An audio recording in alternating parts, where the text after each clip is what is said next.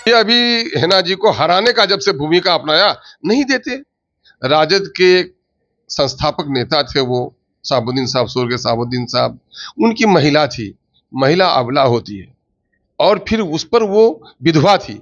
अगर उस पर इतना भी रहम नहीं कर सकते, अगर वहां से राजद इलेक्शन नहीं लड़ते और अपने जीते हुए एक एमएलए को लड़ा, वो तो एमएलए थे ही, नहीं लड़ाते उसको। तेजस्वी जी माई के लीडर नहीं है, माई के लीडर का कोई लक्षण उसमें नहीं है। वो खुद ही अपनी गवाही दे चुके हैं कि साहब हम माई के नहीं, हम ए टू जेड के लीडर हैं। नमस्कार, आप देख रहे हैं न्यूज़ 4 नेशन। मैं आपके साथ तबजीत सिंह। बिहार में 4 सीटों पर उपचुनाव होना है। लोकसभा चुनाव के बाद ये 4 सीट है जो खाली हुई, जिसके बाद अब चुनाव होना है। जहां एक तरफ महागठबंधन हो या एनडीए हो, वो कमर कस लिए है, तो वहीं बात करें तो एआईएमआईएम भी है जो कमर कस लिया है और आज बैठक भी किए हैं। इसी बात करने के लिए हमारे साथ है एआईएमआईएम के जो प्रदेश अध्यक्ष हैं अख्तरुल ईमान जी। सर, कैसे देख रहे हैं, आज आप लोगों ने बैठक किया है, जो उपचुनाव को लेकर क्या कुछ रणनीति बनाई गई है? रणनीति जो बनानी थी वो पहले ही बन चुकी है। आज तो हमारे 2 विधानसभा क्षेत्र के कुछ पार्टी के हमदर्द लोग हैं, नए साथी हैं, वहाँ कुछ लोग प्रत्याशी बनना चाहते हैं। ऐसे लोग इमामगंज से और बेलागंज से आज आए हुए थे। पार्टी के पदाधिकारी भी थे, उन्हीं के साथ एक आपसी सौहार्दपूर्ण एक मीटिंग भी थी, कुछ लोगों की ज्वाइनिंग भी थी। ये पार्टी तो पहले ही निर्णय ले चुकी है कि हम बाई इलेक्शन में लड़ेंगे और मजबूती से लड़ेंगे। बाई इलेक्शन में आप लड़िएगा इस बार, मतलब जो 4 सीटों, चारों सीटों पर लड़ना है या? हाँ, चारों सीटों पर हम लोगों ने लड़ने का फैसला किया है। अभी हम लोग देख रहे हैं, संगठन की वहाँ पर समीक्षा कर रहे हैं कि किस जगह पर हमारे संगठन की क्या ताकत है। अंतिम निर्णय हम लोग अगली बैठक में लेंगे सितंबर। यानी कि थर्ड फ्रंट की गठबंधन? अरे थर्ड फ्रंट हमें कौन साथ लेने के लिए तैयार है? मेरे मुद्दे पर कोई बात करने के लिए तैयार नहीं है। हम लोगों की जरूरत पड़ती है तो लोग दरवाजे पर आते हैं, जब उनका काम निकल जाता है तो हमें छोड़ देते हैं।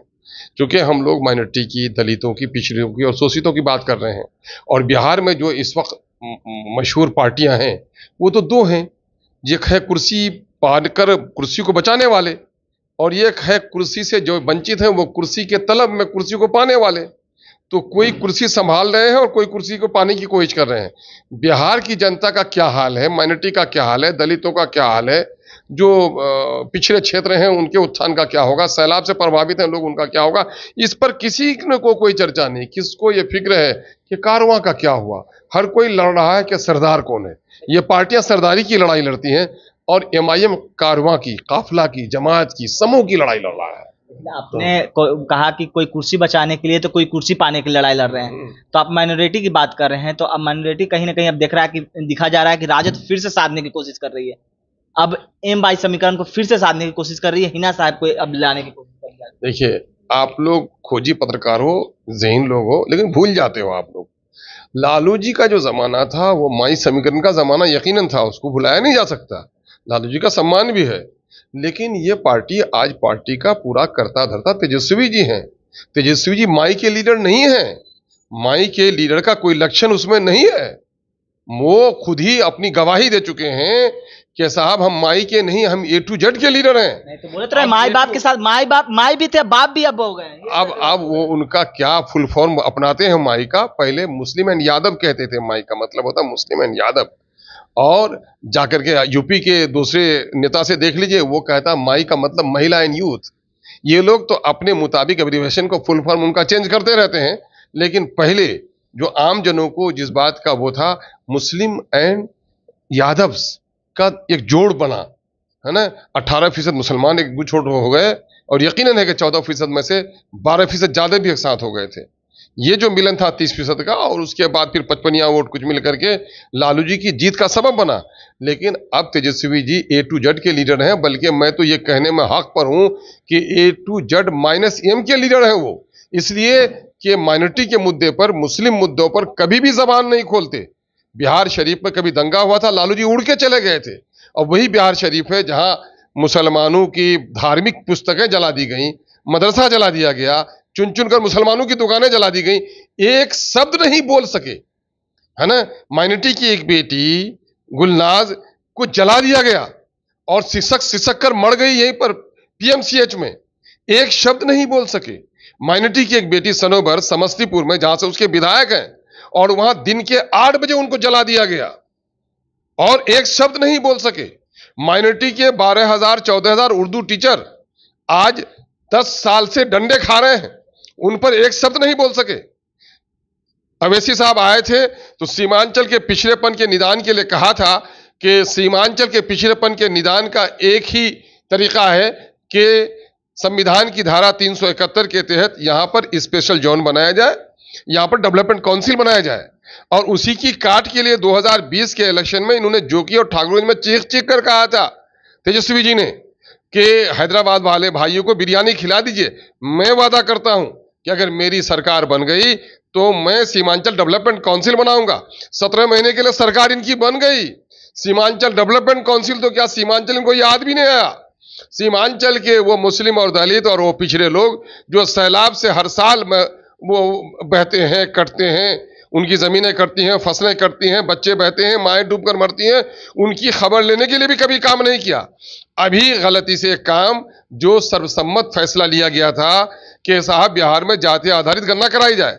जाति आधारित जो गणना आई है तो उसमें सबसे बुरी हालत जो पिछड़ों की है और माइनॉरिटीज की है। और आप उसमें सुन लीजिए, और उसमें यादव भाइयों की नौकरी जितनी उनकी अनुपातिक हिस्सेदारी उतनी मिल गई। नीतीश जी के बिरादरी को 58,000 नौकरी होती है 37 लाख की आबादी में, 1,18,000 नौकरी मिल गई। लेकिन वो वंचित मुसलमान और वो दलित शेड्यूल कास्ट की नौकरी में हिस्सेदारी 4 लाख से अधिक होती है। 2,91,000 नौकरी देकर 1,10,000 से अधिक नौकरी उनकी खत्म कर दिया।